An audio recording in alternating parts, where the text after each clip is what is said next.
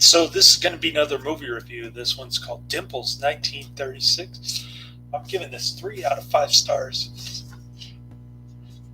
This is the best Shirley Temple movie by far. People find it offensive because it's racist,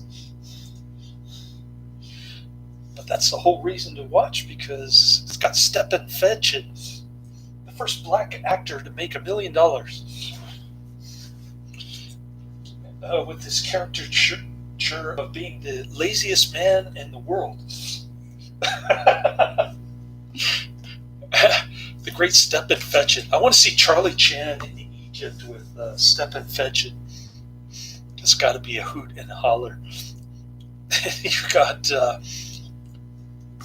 you've got the very offensive minstrel show at the end, which is supposed to be a new thing, but it's been around for a long time, a lot longer than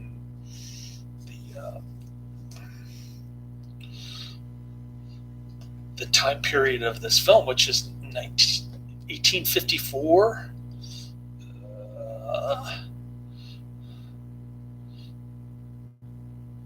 1853, New York City.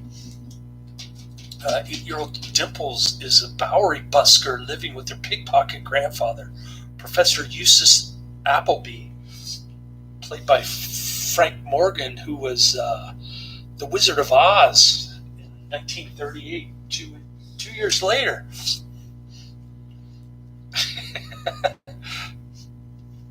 So, so Dimples does some of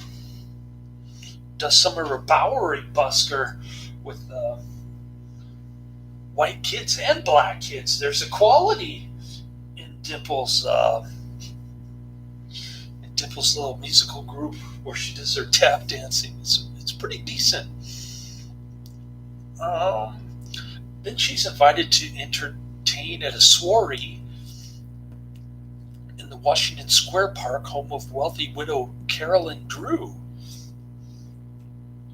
the snobby rich white woman. Mrs. Drew wants to pay the Wizard of Oz $5,000 so she can have Shirley Temple live at her house. and,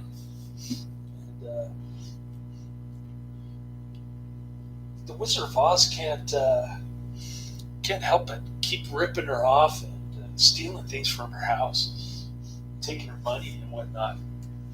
So she ends up calling the cops on him right when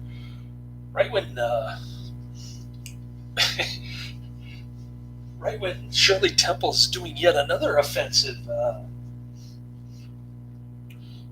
brand new play, Uncle Tom's Cabin,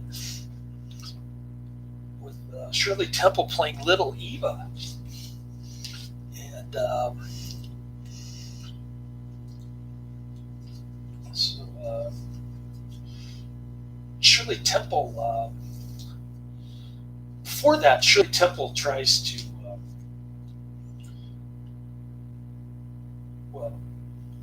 well, the Mrs. Drew's nephew Alan has the hots for an actress, and Mrs. Drew is not too crazy about her, but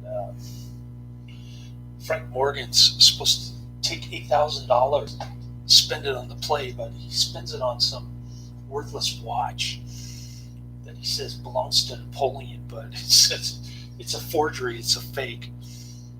And he tries to sell it to Mrs. Drew for $1,000, and she gets mad that she's been had when her butler tells her that it was a fraud, it was a scam, and anyways, so. Frank Morgan is in deep doo doo. He's all in blackface, trying to pretend to be Uncle Tom in the middle of Dimples, Shirley Temple's play, and the cops are always interrupting with the show, but it's a huge success. And then Dimples appears appears in New York City's first minstrel show, which does make sense because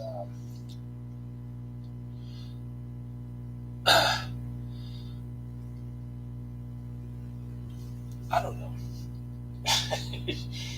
It's been around for longer than 1853. It's probably started 10 years prior to that, minstrel shows.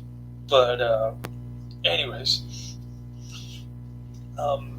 Mrs. Drew watches Uncle Tom's Cabin play when Shirley Temple dies in bed, and she's so moved that she lets the Wizard of Oz off the hook, and then it cuts to the minstrel show. I don't know if I just spoiled the ending. It's just a minstrel show, and then the end. that's it. But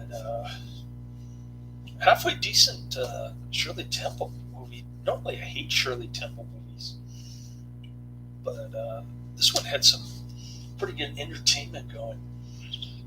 Namely, Stephen Fetchit as Cicero, who's like the Wizard of Oz, useless servant, the laziest man alive, or the laziest man on the planet. Stephen Fetchit. And it's got John Carradine. I forgot to put his name in there. I was kind of surprised to see a young John Carradine in this. I should have watched this earlier when I was going through the John Carradine section of my queue before I got to the colorization movie section, which I'm in now, and which has been a major bummer so far, for the most part. I think I've only liked one or two so far out of like 20. So, what did I get from Netflix recently? I added one Karate Man recommendation to my other list. So I think it's some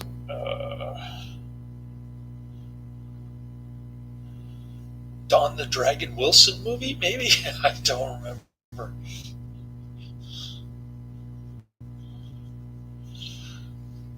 You know, it's from the mid-90s action movie if it's Karate Man recommendation. But looking at my queue, it's completely blank because Netflix takes forever to pull up thousands, or I should say hundreds of DVDs. It's telling me to wait, and it's taking a really long time. But I got Christine and one other movie that I mentioned last week. Or I'm getting Christine, I should say. A Farewell to Arms, 1932, and Christine, 1983.